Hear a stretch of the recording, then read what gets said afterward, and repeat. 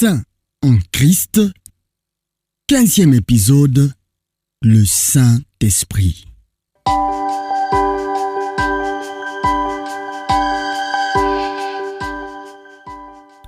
C'est un livre merveilleux et édifiant, écrit par le révérend Andrew Murray. Nous vous le suggérons vivement.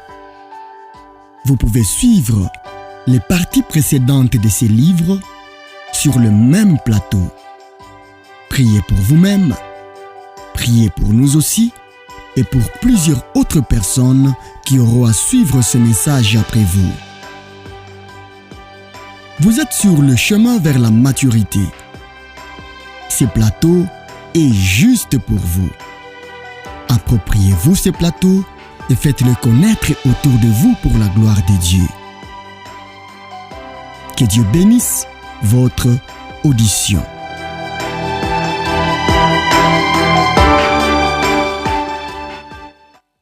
Lisons les Écritures. Jean chapitre 7, 39, Jean 14, 26, 2 Thessaloniciens chapitre 2, verset 13, et 1 Pierre chapitre 1er, le verset 2e. Il disait cela de l'Esprit que devaient recevoir ceux qui croient en lui, car l'Esprit n'était pas encore, parce que Jésus n'avait pas encore été glorifié. Jean 7, 39.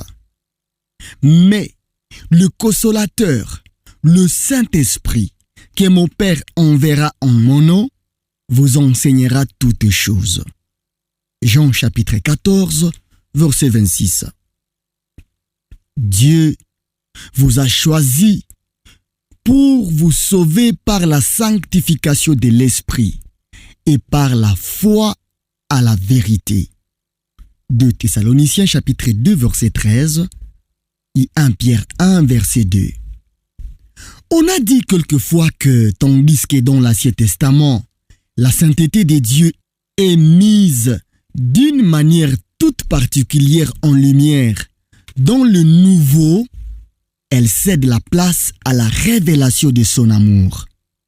Cette remarque pourrait difficilement être faite si l'on comprenait bien que l'Esprit, c'est Dieu, et que lorsqu'il prend l'épithète de Saint, comme étant son propre nom, c'est afin de nous enseigner que maintenant la sainteté de Dieu doit s'approcher plus près de nous que jamais et doit nous être révélée comme le pouvoir qui rend saint. Dans le Saint-Esprit, Dieu, le Saint d'Israël, est celui qui nous a été révélé comme le Saint de Dieu, s'approchant pour que s'accomplisse cette promesse: je suis l'Éternel qui te sanctifie. La sainteté invisible et inaccessible de Dieu nous a été révélée et a été rapprochée de nous dans la vie de Jésus-Christ. Tout ce qui empêchait notre participation à cette sainteté a été ôté par la mort du Sauveur. Le nom du Saint-Esprit nous enseigne que c'est l'œuvre spéciale de l'Esprit de nous communiquer et de faire nôtre la sainteté. Voyez et saisissez la signification de ceci. L'épithète qui, dans tout l'Ancien Testament, a appartenu au Dieu 3 fois saint, est maintenant appropriée à l'Esprit qui est en nous. La sainteté de Dieu en Christ devient sainteté en vous parce que l'Esprit est en vous. Les mots et les réalités divines que ces mots saint et esprit expriment sont maintenant inséparables et éternellement unis. Vous pouvez désormais avoir autant de l'Esprit en vous que vous désirez de sainteté, et vous pouvez avoir autant de sainteté que vous avez de l'Esprit. Il y a des chrétiens qui demandent l'Esprit parce qu'ils désirent avoir la joie, la lumière et la force que l'Esprit apporte. Et cependant, leur prière ne leur apporte qu'une bien petite augmentation de bénédictions et de puissance. Pourquoi? Parce qu'ils ne désirent pas vraiment l'Esprit comme le Saint-Esprit. Sa pureté cosiment, sa lumière qui va chercher dans les plus secrètes retraites de l'âme, ce qui y est caché et qui y porte la conviction de péché, le fait qu'il fait mourir les actions du corps, du moi, avec sa volonté et sa puissance propre, qu'il conduit l'âme à la communion avec Jésus, lorsque le Christ sacrifiait sa volonté et sa vie au Père qu'il avait envoyé. Toutes ces choses, il semble que les chrétiens n'y aient point songé. Le Saint-Esprit ne peut venir en eux avec puissance parce qu'ils ne les reçoivent pas comme le Saint-Esprit. Dans tel moment donné, dans des temps de réveil par exemple, comme ce fut le cas chez les Corinthiens et les Galates, l'Esprit peut se manifester avec ses dons ou charismes et son action puissante, tandis que sa puissance sanctifiante ne se manifeste que faiblement. 1 Corinthiens chapitre 14, verset 4, 1 Corinthiens 13, verset 5, Galates chapitre 3, verset 3, et puis du 15e au 26e verset. Mais, à moins que la puissance sanctifiante de l'Esprit ne soit reconnue et acceptée, ces dons seront perdus et ne serviront de rien. 1 Corinthiens 13, 1 à 3. Les dons du Saint-Esprit nous sont communiqués comme une préparation à la puissance sanctifiante de l'Esprit, la puissance de sanctification qui doit les accompagner. Nous devons prendre à cœur cette leçon. C'est que nous pouvons avoir autant de l'Esprit que nous sommes disposés à recevoir en nous de sa sainteté. Soyez remplis du Saint-Esprit doit signifier pour nous soyez pleinement saints. L'inverse est également vrai. Nous ne pouvons avoir comme mesure de sainteté en nous que la mesure de l'Esprit que nous possédons. Il y a des âmes qui cherchent bien sincèrement à être saintes. Mais, au fond, cela dépend beaucoup d'elles. On les voit lire les livres, écouter le plus attentivement des discours. Elles font effort pour saisir chaque pensée et pour mettre en pratique tous les conseils qu'elles reçoivent. Et néanmoins, elles doivent reconnaître qu'elles sont encore très étrangères au vrai repos, le repos complet, à la joie et à la puissance qui découle du fait de demeurer en Christ et par conséquent aussi à la sainteté qui est en lui. Elles ont cherché la sainteté plus que le Saint-Esprit. Elles doivent encore apprendre que même toute la sainteté qui est si près de nous et si claire à Christ est hors de notre portée si le Saint-Esprit n'habite en nous et ne nous la communique. Elles doivent encore apprendre à demander d'être puissamment fortifiées par le Saint-Esprit pour le développement de l'homme intérieur. Éphésiens 3, verset 16. De croire en lui comme en cette eau vive dont parle le Sauveur dans Jean 4, 14 et Jean 7, 37. Elles doivent apprendre à mettre de côté les efforts qu'elles font avec leur propre force par la pensée, par la volonté, par l'action, apprendre à espérer en Dieu, à s'attendre patiemment à lui, par son Saint-Esprit. Lui nous sanctifiera. Soyez saints signifie soyez remplis de l'Esprit. Si nous nous demandons de plus près comment le Saint-Esprit rend saint, nous verrons que c'est parce qu'il nous révèle et nous communique la sainteté de Christ. L'Écriture nous dit, Christ nous a été fait de la part de Dieu. Sanctification. Il s'est sanctifié lui-même pour nous, afin que nous aussi, nous soyons sanctifiés dans la vérité. Nous avons été sanctifiés une fois pour toutes par l'offrande que Jésus a faite une fois pour toutes de son corps. Nous sommes sanctifiés en Jésus-Christ. Le Christ vivant est tout entier un trésor de sainteté pour l'homme. Dans sa vie, la vie de Christ sur terre, Jésus a changé la sainteté divine dont il est possesseur en monnaie courante pour cette vie humaine et terrestre. Obéissance au Père, humilité, amour, zèle. En tant que Dieu, Jésus le Fils, on a une provision suffisante pour les besoins de tout croyant. Et cependant, cette provision est tout entière hors de notre portée si le Saint-Esprit ne nous la porte et ne nous la communique intérieurement. Mais c'est précisément l'œuvre en vue de laquelle il porte ce nom divin de Saint-Esprit. Glorifier Jésus, le Saint de Dieu en nous, et nous rendre participants de sa sainteté. Il le fait en nous révélant Christ, afin que nous commencions par voir ce qui est en lui. Il le fait en nous montrant la profonde corruption de notre nature. Romains chapitre 7, 14 à 23. Il le fait en nous fortifiant puissamment dans la foi, pour que nous recevions Jésus lui-même comme notre vie.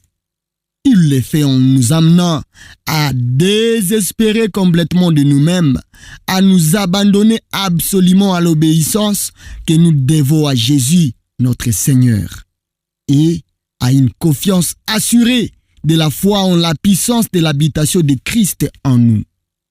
Il le fait en nous donnant dans les recueillements secrets des profondeurs du cœur et de la vie intérieure les dispositions et les grâces de Christ, tellement que du centre intime de notre vie, qui a été renouvelé et sanctifié en Christ, la sainteté découle et pénètre tout jusqu'à l'extrême circonférence, où le désir de la loi de Dieu, de sa volonté, pour la faire a été éveillé, et où l'homme intérieur prend plaisir à cette loi, là, l'esprit de cette vie qui est en Jésus-Christ affranchit de la loi du péché qui est dans les membres et il conduit dans la glorieuse liberté des enfants de Dieu. Comme Dieu en nous, il communique à notre âme ce que Dieu a préparé pour nous en Christ. Et si nous nous demandons encore comment l'œuvre de ce Saint-Esprit qui nous sanctifie ainsi peut nous être assurée, la réponse en est bien simple et claire. Il est l'esprit de celui que Jésus appelle Père Saint et de Christ, le Saint de Dieu. C'est du Père et du Fils qu'il doit être reçu par nous. Il me montra un fleuve d'eau vive qui sortait du trône de Dieu et de l'agneau.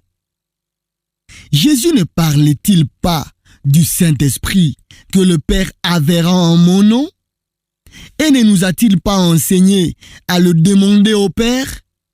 Paul priait pour les Éphésiens disant: j'ai fléchi les genoux devant le Père, pour qu'il veuille, selon les richesses de sa gloire, vous donner d'être puissamment fortifiés par son esprit pour le développement de l'homme intérieur.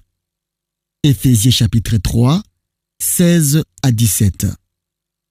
C'est lorsque nous regardons à Dieu dans sa sainteté et à toutes ces révélations depuis la création jusqu'à nous, et que nous voyons comment l'Esprit coule comme un fleuve d'eau vive du trône de sa sainteté, que l'espérance que Dieu fera agir puissamment en nous, son esprit peut être éveillé et fortifié en nous, et que nous voyons alors Jésus révélant cette sainteté dans la nature humaine, déchirant par sa mort expiatoire le voile, afin que l'esprit du lieu très saint sorte et que comme Saint-Esprit, il soit le représentant de Christ, le rendant présent dans notre âme, alors aussi naît en nous cette confiance que la foi en Jésus amènera en nous la plénitude de l'Esprit. Si quelqu'un croit en moi, de fleuves d'eau vive, comme dit l'Écriture, couleront de son sein. Prosternons-nous devant le Père, au nom de Christ, son Fils. Croyons simplement au Fils, comme en celui en qui nous sommes agréables au Père et par qui l'amour et les bénédictions du Père viennent jusqu'à nous, et nous pouvons être assurés que l'Esprit qui est déjà en nous fera comme Saint-Esprit son œuvre dans notre âme avec une puissance qui ira grandissant. Le mystère de la sainteté et le mystère de la Trinité. C'est là que nous fléchissons les genoux devant le Père, croyant au Fils, le Saint-Esprit agira en nous. Et nous comprendrons alors la vraie signification de ce que Dieu disait à Israël, « Je suis saint ». Ainsi parle le Père, « Soyez saints, comme mon Fils est en lui. Je vous sanctifie par l'Esprit de mon Fils habitant en vous. Que vos âmes adorent et s'écrient, « Saint, Saint, Saint est l'Éternel des armées ». Le Saint-Esprit, toute vraie connaissance du Père dans sa sainteté, la sainteté adorable, et du Fils dans sa propre sainteté, sainteté qui doit devenir nôtre, et toute sa participation à cette sainteté dépend de la vie de l'Esprit en nous, de notre manière de le connaître et de le reconnaître comme habitant en nous, notre vie. Le Saint-Esprit est au milieu de nous. En nous, il faut bien que nous le contristions et que nous lui résistions. Si vous ne voulez pas lui résister, fléchissez les genoux devant le Père sans tarder, afin qu'il vous accorde d'être puissamment fortifié par son Saint-Esprit dans l'homme intérieur. Croyez que le Saint-Esprit, porteur pour vous de toute la sainteté qui est en Dieu et en son Fils, est au-dedans de vous. Laissez-lui prendre la place du moi, de ses pensées et de ses efforts. Prions le Seigneur.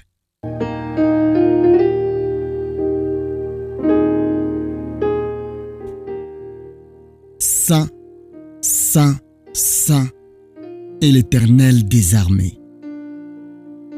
Toute la terre est remplie de ta gloire. Que cette gloire, ô Dieu, remplisse le cœur de ton enfant quand il se prosterne devant toi. Je viens à toi maintenant pour me désaltérer au fleuve d'eau vive qui sort de ton trône. Ô Dieu, et du trône de l'agneau. Gloire à Dieu et à l'agneau pour le don ineffable dont la pensée n'aurait jamais pu monter au cœur de l'homme, le don du Saint-Esprit habitant dans le cœur de l'homme. Ô mon Père, je te demande au nom de Jésus d'être puissamment fortifié par ton esprit dans l'homme intérieur. Enseigne-moi, je te prie, à croire que tu me donnes cet esprit afin que j'accepte et que j'attende de lui qu'il remplisse et qu'il conduise tout mon être.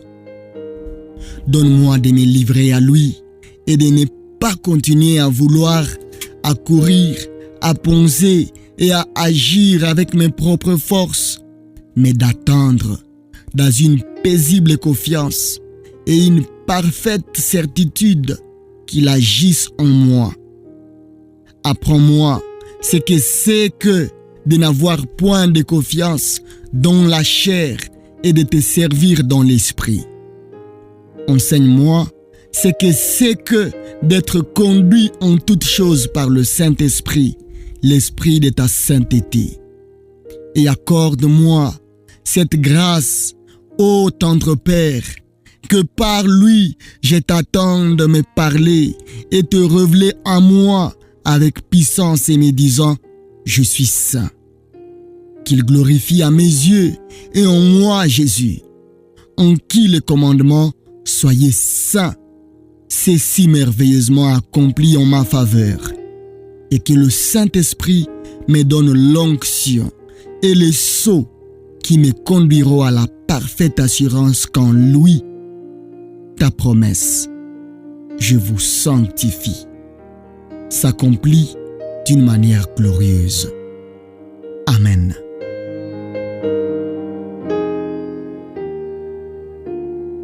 Retenons ces trois choses. Premièrement, il est universellement reconnu que le Saint-Esprit n'a pas dans l'enseignement de l'Église ou dans la foi des fidèles la place d'honneur et de puissance qui lui revient comme au révélateur du Père et du Fils. Cherchez à arriver à la profonde conviction que sans le Saint-Esprit, l'enseignement le plus clair sur la sainteté, les désirs les plus fervents de sainteté, même les expériences les plus bénies ne seront que temporaires, ne produiront aucun résultat permanent et n'apporteront aucun repos durable. 2. De même que le Fils parlait toujours du Père, ainsi le Saint-Esprit dirige toujours vers Christ. L'âme qui s'abandonne à la direction de l'Esprit apprendra de lui comment Christ est notre sainteté, comment nous pouvons toujours demeurer en Christ et notre sanctification, que de vains efforts ont été souvent faits sans l'Esprit. C'est lequel l'onction vous a enseigné, demeurez en lui. 3. Dans les temples de ton cœur, bien-aimé croyant, il y a un lieu secret, au-delà du voile, où demeure souvent inconnu l'Esprit de Dieu. Prosterne-toi devant le Père avec un humble respect et demande-lui que l'Esprit agisse puissamment en toi. Puis, attends-toi à ce que l'Esprit fasse son œuvre. Il fera de ton être intérieur une demeure convenable, de ton cœur un trône pour Jésus, où il te le révélera.